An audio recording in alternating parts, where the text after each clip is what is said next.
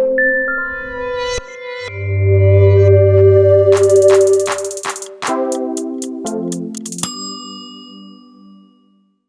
guys, we're in the afternoon. Hi. It's almost happy hour time.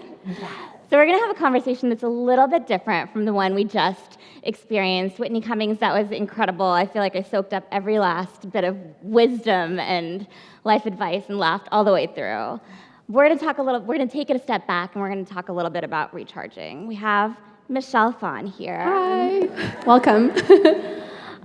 Michelle has millions upon millions of YouTube subscribers. She has built a really successful brand there, and then she's built multiple multi-million-dollar businesses, first in Ipsy, a subscription company, and then in M Cosmetics, her most recent venture. And she has advised, she has invested, and she's really had an incredible career already.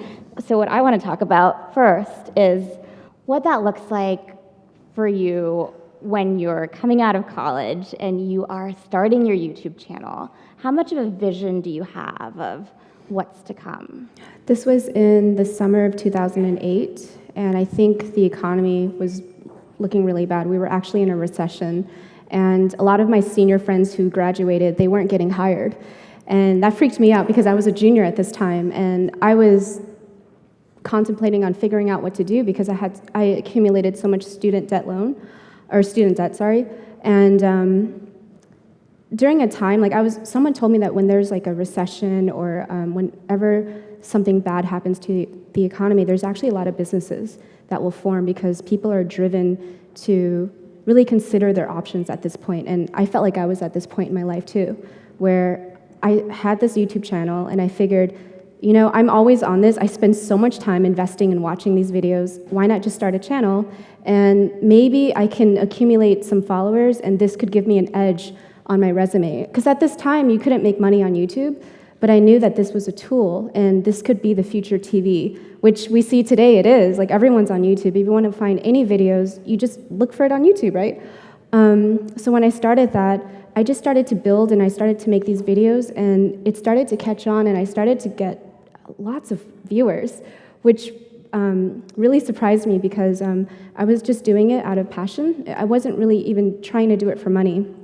And I think this is where you see great opportunities can come, is you're not trying to create a product for money, you're actually trying to bring a solution to a problem. And at this time, there wasn't a lot of makeup tutorials that were readily available in 2007, 2008. You would either have to go to a beauty counter and buy products or pay for makeup seminars. And so I saw that there's a gap in this market, and maybe if I make these videos, I can fill in this gap. And luckily, I made the right, it was luck also, but I made a good investment building my channel. And then I started to make money on YouTube because YouTube offered AdSense, where you get split revenue with YouTube. And that was how I was able to invest more time into building my channel. And so much of that success, it sounds like, obviously is the hard work and the content you created, but you were also doing the right thing at the right time. You were ahead of the curve. You built an audience before they were ready to pay for what you were doing. Did you have some kind of foresight? Because that's sort of a running theme in your career, right? Like you thought about subscription businesses with Ipsy before people were really building those kinds of businesses. Yeah, I always like to put myself in the shoes of a consumer. A good entrepreneur is someone who is really good at identifying market gaps, or also like Steve Jobs is a great example. He designed beautiful products for Apple because he also had beautiful things.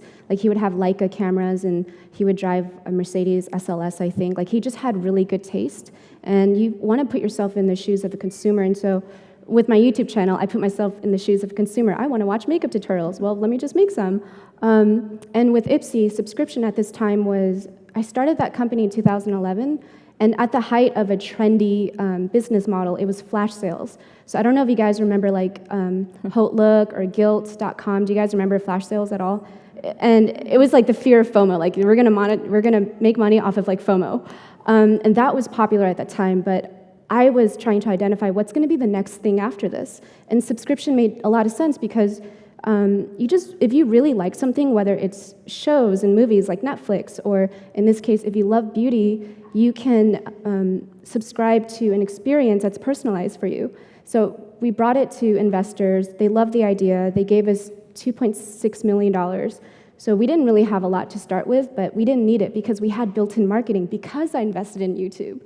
So see, like you have to kind of, besides just being a good, if you want to be a good entrepreneur, instead of just being a good consumer, you also have to like see ahead of the curve. And I think that has a lot to do with instinct, if that makes sense. That does make sense. How did you think about making that transition practically, right? Because I have to imagine you think to yourself, okay, great, I have this audience, I'm gonna build a business, I have this idea. You go out, you fundraise, you're moving beyond one concept of Michelle into the next thing, but I imagine there are probably some people in those boardrooms who are like, you're just a YouTube star, like what do you know about running a business? How did you deal with that? Yeah, I had that a lot at the beginning. And I was so scared because I was only 19, 20. I didn't really know anything. And I didn't go to business school. I went to art school. I wanted to be a concept artist for video games. That was really my passion. And I was $16,000 in debt, didn't know what to do. Thankfully, YouTube was there. And the first thing I paid off, and this is great because I think it's really important. I agree. Like I hear this a lot in the speeches here. Like you don't want to just buy expensive shoes. Like pay off all your debt if you can. And that was the first thing I paid for when I got my Google check. Was I'm going to pay off my entire debt. And immediately after that, I felt so free. But then I was thrown into this world of business, which I didn't know anymore. Like I'm no longer a student, but I am in a way. I'm a student in this real world, if that makes sense. Yeah, so how did you learn? Were you Googling everything? Were you talking to experts? I was learning a lot in boardrooms. Whenever I would hear someone say something, I would just observe, take it in, and I would go home and research, what did that person say? What does this mean? Like minimum quantity orders, like what is that? And just researching because it's the internet, everything is there. Yeah. You just have to know what to search, and in a way you also have to be curious too. And I wanted to know like what they were saying because I knew the more I knew, then in a way knowledge is strength, it's power. I felt more powerful when I had all this knowledge. And how did you sort of distinguish bad information from good information, right? There's so much on the internet. Yes. I guess it comes with experience. You have to try it and be open to failing. It's true. There is a lot, in the age of information, there is a lot of misinformation. And it's really hard to figure out, well, what's the right thing to do? And I think a lot of it boils down, the good decisions I made in life, it boiled down to trusting in my intuition, but also my logic too. Like I don't believe in only trusting in your heart. Like you also have to be rational about it and finding a balance between the two. Yeah. So then you build an amazing business with Ipsy. You're learning as you go. You're becoming an expert, and you eventually exit. And how do you get into your next business?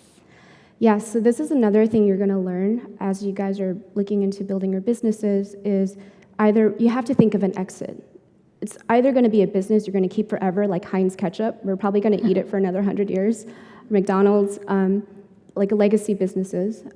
Or you want to go public with your company because it's so big and people support it, and you want the public to also be part of investing in your company. Or 3, having someone buy out your company, like a merger acquisition.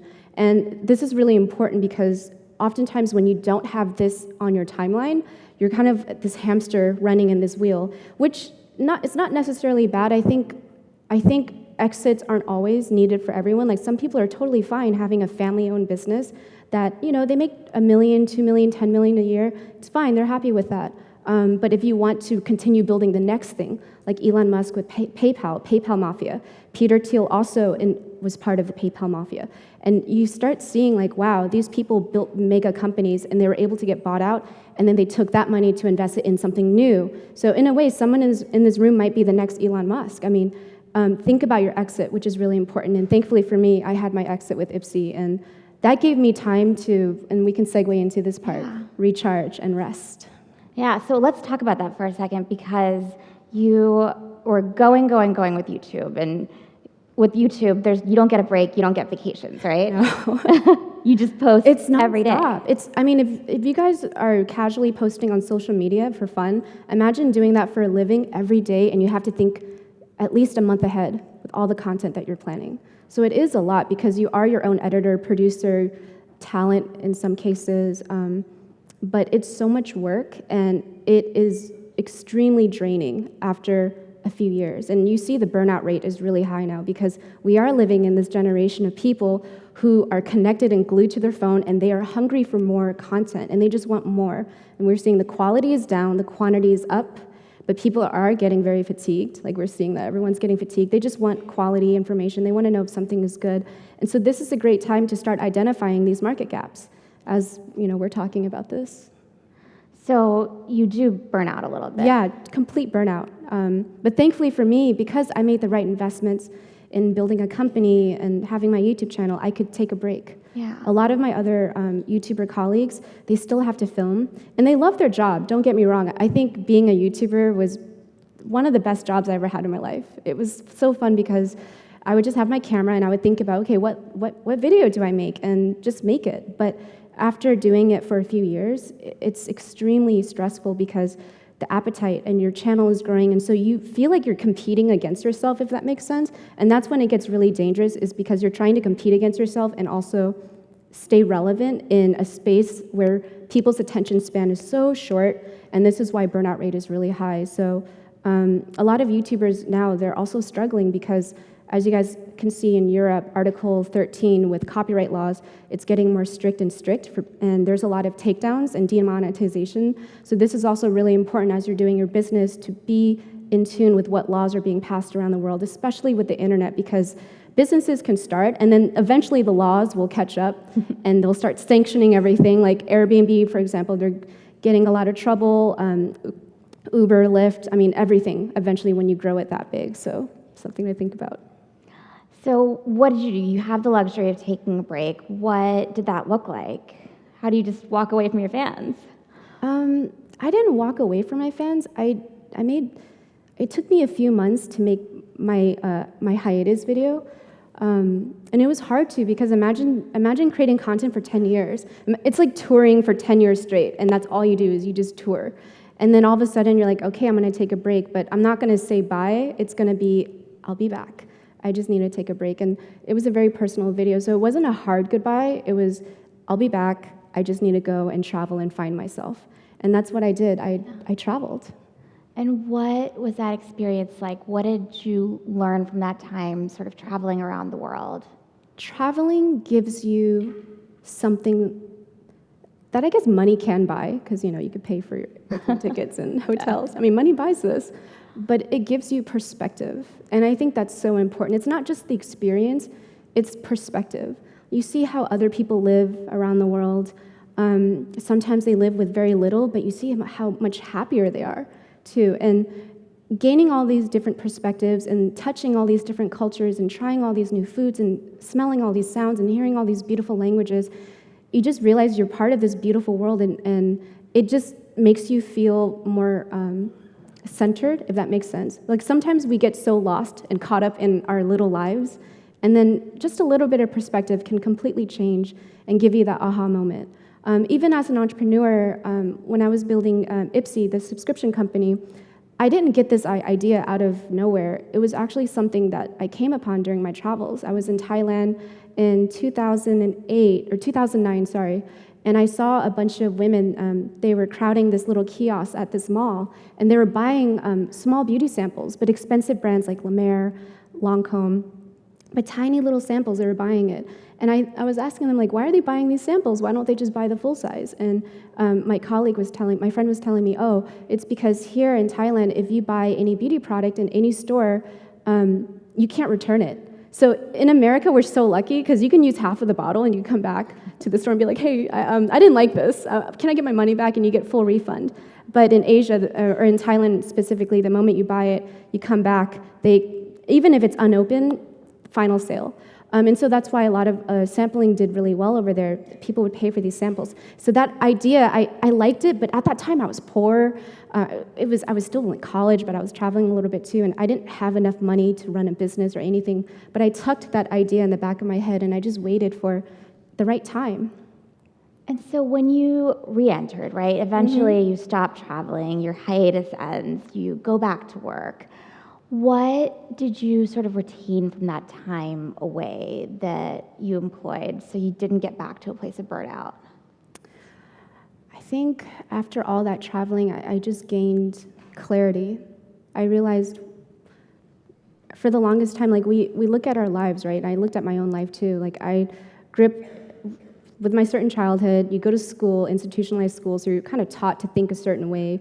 And all these ideologies that are displaced on us by our parents and teachers, and then also universities. You learn certain things, and this is how you see the world. And then boom, the moment you travel, you realize, wait, the world doesn't just work according to what I was told. It's so much more complex. And that just gave me a lot of peace because I realized, well, I don't have to make certain choices that everyone's telling me to. I can think differently and just follow my instinct and intuition. So that was a very important piece from my traveling, was just gaining this clarity. You talk a lot about instinct and intuition, but you also you're making decisions in an interesting way. And I'm curious how much of the decisions you make specifically as an investor are based on gut instinct versus like deep diligence. It is a little bit of both. It's your gut, like your heart, it feels right, and then also logically it feels right too. I can't even begin to tell you how many businesses I get from people who tell me, Michelle, I want to create the Twitch of makeup tutorials. It's like, no, that's a cool idea, but it's not going to do that well because people would just go on Twitch. There's a lot of really good ideas, but either wrong timing or the market size is not that big for them to raise, a lot of money, of course. And what I've learned, because I've done a lot of businesses, a lot of them have failed, but I had a lot of successes too. So I am net positive in a sense. And that's something that you're going to also learn along this path too, is you're going to fail a lot, but these failures are, imagine it like a compass. These failures are a compass, because if you're just going in one direction and you're lost, then maybe you shouldn't go in that direction, and failure kind of helps you pivot and move into another direction. And in a sense, a lot of these failures that I learned, I started to notice what were the key things that made things successful. And it was always an idea that resonated with both my intellect and my emotional side. Scientists, I think like a few years ago, they found similar cells, like neuron cells in our heart, and it's similar to the brain. And so the heart and the brain are actually connected, but they both think differently. So the brain thinks rationally, and the heart feels. It's articulate, if that makes sense. So the heart is actually feeling and sensing. So that it is a way of thinking, and the brain is more logical. And this is why it's so important. And what I've learned in my path is to not make a decision so emotionally, but not also make it too logically too, because you need to have empathy. You're working with people who have lives, and so it's really important to have a strong sense of empathy too, emotional intelligence. I love how holistic that is. It's so easy. I think a lot of people, let's say like the traditionally male sense of decision making is like you got to use your brain, everything else is sort of useless or not worth valuing as much. Right. This feels really different. Yeah, it's balance. It's like, like yin and yang. Yeah. Going back to the idea of resting a little bit, we actually have a question from our community, from Zoe Waters, who wants to know, what are the best and worst ways to relax and recharge from working now in your daily life? I think some of the worst ways, we can start off there, is to think you have to do yoga or meditate or follow what everyone says you have to do. Everyone is different. Some people, they relax differently. They relax when they're walking, or if they're in water, like sensory deprivation tanks or whatever, or they rest by napping. Everyone is different, and I think it's important just to explore all avenues, because the whole point of resting and meditation is to get your mind in an alpha state. So right now, all of you guys, and me included, we're in beta right now. Our brainwave is in beta stage, and so we're able to adapt. We're very aware, so we're not in rest mode at all. When you are sleeping, you're in delta mode, and that's when you're sleeping, you're good. When you're kind of trying to go to sleep, that's in theta. The very important one is alpha. So alpha is when you're zen. This is a great time to learn new languages or learn. Like if you want to study, you want to get into an alpha mode because your brain can just absorb things because you're so calm and you're not having to deal with reacting and being alert all the time. So whatever gets you in this alpha state, that's your road to meditation, if that makes sense. So you don't, because I tried doing meditation, like I tried it all. The apps. I'm a fire sign, I'm Aries, so I have to do things. I have to like, how I get into a meditative mode is I need to work. I know it sounds crazy, but I have to make something. I have to, like recently I'm learning how to make music, so I'm just making music and just trying out new things, and this is how I'm getting in this alpha state. So I think it's really important to just explore that. What are you playing an instrument or what are you doing? No, I'm just making beats on the computer. Very cool. Yeah. Yeah. I do want to go back. We're going to open it up to questions for the audience in a minute. So you guys know the drill. Line up at the microphones, which I can't always see, but we know they're there. And we'll try to get to as many of you as possible. But you have built such a strong personal brand, right? Millions upon millions of YouTube followers, and that's one brand. But then you actually did transition from that brand to Michelle the Entrepreneur, and that's a different brand. How intentional is it, this approach that you've taken from moving from one thing to the next? It was really important because we live in a label-driven society, if that makes sense. People will label you. They label you because they're trying to understand you. Like, what are you? I need to categorize you so I know what you are. And in this case, that happened a lot to me in the business world. People would see me as, well, first I was young. I'm a woman. And also, I'm a YouTuber. That's how they saw me. So all these labels, I'm young, I'm a woman, I'm a YouTuber. What does she know? She doesn't know anything about business. But in a sense, that actually played in my favor because oftentimes it's actually good for people to, what's the word I'm looking for? Underestimate you? Underestimate you, exactly. You know what I mean? Yeah. Like when they underestimate you, they have no idea.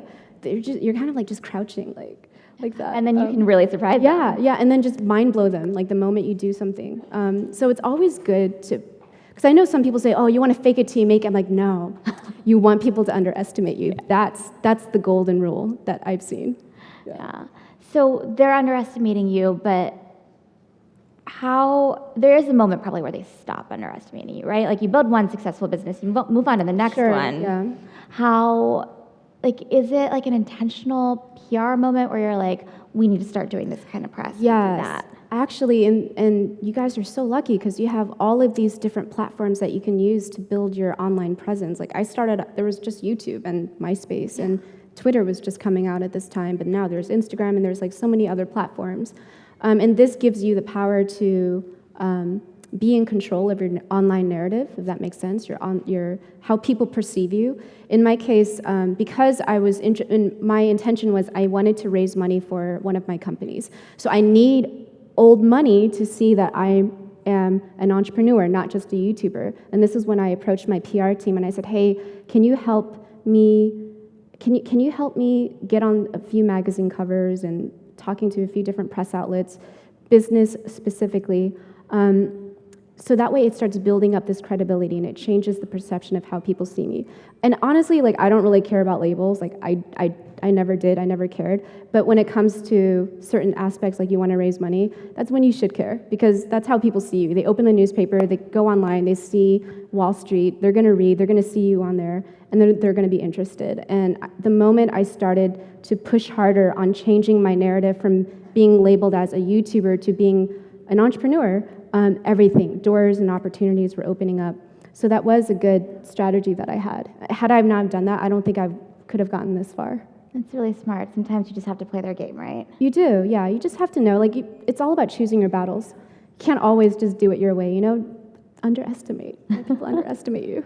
I love that. I know you guys have so many questions. Let's start over here. Hi. I first just want to say you taught me how to apply makeup, and I love you so much. Aw.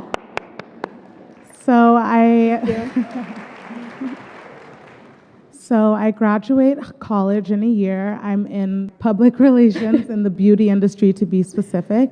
And I've heard so much varying advice of everything that I should do starting my career.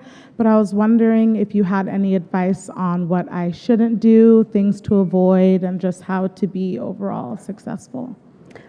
One of the biggest things that I've learned, I didn't go into the world of PR, but I do know a lot of people who do work in beauty PR, just any PR in general, is always treat people with respect, because the industry is so small, and if you're acting out, or if you're, again, making a very emotional or super too logical, a non-balanced decision, and it starts a ripple effect on your reputation. So the biggest thing that I've seen and I've learned too is just to always treat people with respect, because you should. Because if you want to be treated with respect, then you should also treat people the way you want to be treated. That was the biggest thing. And two, if you are working in PR in this world, be kind to a lot of these beauty creators, because they do talk amongst each other. So if there's like a PR person that's not cool, like they will all tell each other. I'm just being real, super real with you on that part. Just be cool. Some things that I saw that kind of struck me a chord that I didn't really like was certain PR people, they try and be your best friend. So they'll get your number and they'll start DMing you and texting you. It's like, wait, you're my best friend, but you're trying to slip in these free deals. Like, you got to know how to draw those boundaries. And that doesn't necessarily mean you can't be friends with them. I think it's really important just to know the boundaries to draw. Like, this is the professional me, and this is like the work me. Those are my 3 advices. Thank you. Let's go over here. Hi, Michelle. I am Priscilla, and I wanted to ask you, I was reading that you were kind of trying to leverage or dabble in blockchain technologies to make a better infrastructure or something for the future creators, because I understand you kind of, like you mentioned, you were starting out with YouTube and Twitter was kind of coming up, and you just were able to build upon that. So in my opinion, I believe that all these platforms are pretty saturated to their own extent. So I understand you kind of have infrastructures that you're trying to dabble in. So I'm curious if you wouldn't mind sharing what that looks like for the future creators in this room. Sure. I have a crypto fund where I invest in different cryptocurrencies, and also in businesses that are built on blockchain, like smart contracts. We see now, again, I'm bringing back Article 13 and Article 17 because that is just the beginning. The laws are now catching up to internet businesses, online businesses. Online platforms like YouTube are now going to be liable for anything copyrighted. So they see anything now, there's no forgiveness, like demonetization, everything gets taken down. So in a way, it's the antithesis of what the internet is, because the internet is supposed to be this open world for people to share whatever ideas that they have. And if you are getting a lot of views, like, you should be able to get money, regardless of like copyright issues and all that. Of course, that's also a very hard topic to bring in, because they're also written under old laws, if that makes sense. And so blockchain brings in, and not just blockchain, just we're seeing now that people want decentralization. They want decentralization in money with Bitcoin. They want decentralization in the work environment. People want to be their own business owners now. Because the future is niche, it makes a lot of sense. And so that's why we are moving towards this hyper niche, decentralized world where we want to be able to have the freedom and access to trade and exchange with each other, whether it's content, products, money, whatever services you have. And so this is why also, like, I was able to learn all this because I took the time to travel. I would be on a plane and I would go to like the Netherlands, and I see like everyone's into the crypto. In South Korea, everyone is into this. I should start learning more and getting more serious about this. Also, a very interesting industry to look into. We're talking about market gaps and all of that. But we are blockchain technology is not going to get mass adoption for another few years. But it's good now to start at least building the foundation, which is something that I'm investing in. And people who are also looking into building it, those are the people I'm looking into investing into, too. Cool, thank you. Yeah. Let me take one last question. Hi, I'm Emma. I'm from Minneapolis, so I like how you're saying about traveling to get perspective. But kind of to do with perspective, when you get all these new ideas, it's like, how do you manage yourself? Like you said, like you like to get things done, you like to do things. How do you stay on track without there's a shiny thing, there's another shiny idea, here's a shiny idea. Have you always had kind of like, this is what I'm after, or like any type of guide in that perspective? You know what helped me, and maybe you guys might laugh, but it's okay? Astrology. Astrology, yes, thank you. You know, Plato also studied astrology, Aristotle, all of them. Alexander the Great consulted an astrologist before he took over a country. It is not just hocus pocus, it is math. There's math to this, but it's down to like the energy waves of, anyways, that's another topic. Maybe next Girl Boss, I'll do something astrology related, but astrology helped me so much because I had no idea why I was crazy. I'm crazy as in, I told you guys, my meditative zone is when I need to work. And when I started to learn about my stars and my signs, it made so much sense because I have so much fire signs. I have like 5 fire signs in me, and like I have Virgo. This is why I'm so meticulous and crazy. And so learning all of that, I realized, wait, okay, at least I know this. I'm not being controlled by this because now I'm aware of this, so I can check myself. So in a certain case, one of my friends, she's like a triple Taurus, so love her, very loyal, but dude, so lazy, like so lazy. So lazy, and also like just does not get things done on time. And so that helped me. And at first I didn't know, I was kind of getting annoyed, but you know, it's friendship. Like you want to make it work, but you want to understand too. So when I read her stars, that was when I knew, okay, I'm gonna like let her know the deadline is like much earlier when it's actually on this time, or we have to go to a party, it's at 8 o'clock, but the party is actually at 7, you know? And I was able to help accommodate that because I was aware. And then she started to know my sign, and she started to get interested in astrology. So she was aware of, you know, yeah, she can be lazy too, and I know I can be a little crazy, and it's all about finding that balance. And so what really, truly helped me was astrology. And if you find in your sign that you tend to be a little more, you go after the shiny objects because maybe you have a lot of air signs in you, and you just get excited really easily, then you know and you're aware, and you start building towards creating like disclaimers, if that makes sense, like having like alerts on your phone, having a really good calendar that has like timelines and everything on it. You have to put more extra work into that, but then you'll notice that you're actually going to grow and evolve, because me being a fire sign, I was also very similar too, where I got excited with a lot of shiny objects too. And it wasn't until I really understood my signs and what I was, now I take a moment and I step back, which is not my personality. Like I normally just go straight in, I charge, fearless. But now I take a moment because I know I'm going to go straight in. I should take a moment to like observe and really think about this before making a decision. So astrology really helped me, and it's fun. It's just fun to learn. Yeah. Thank you. Management by Zodiac, amazing. Michelle, thank you so much. This has been so fun. Thank you all. Thank you, guys.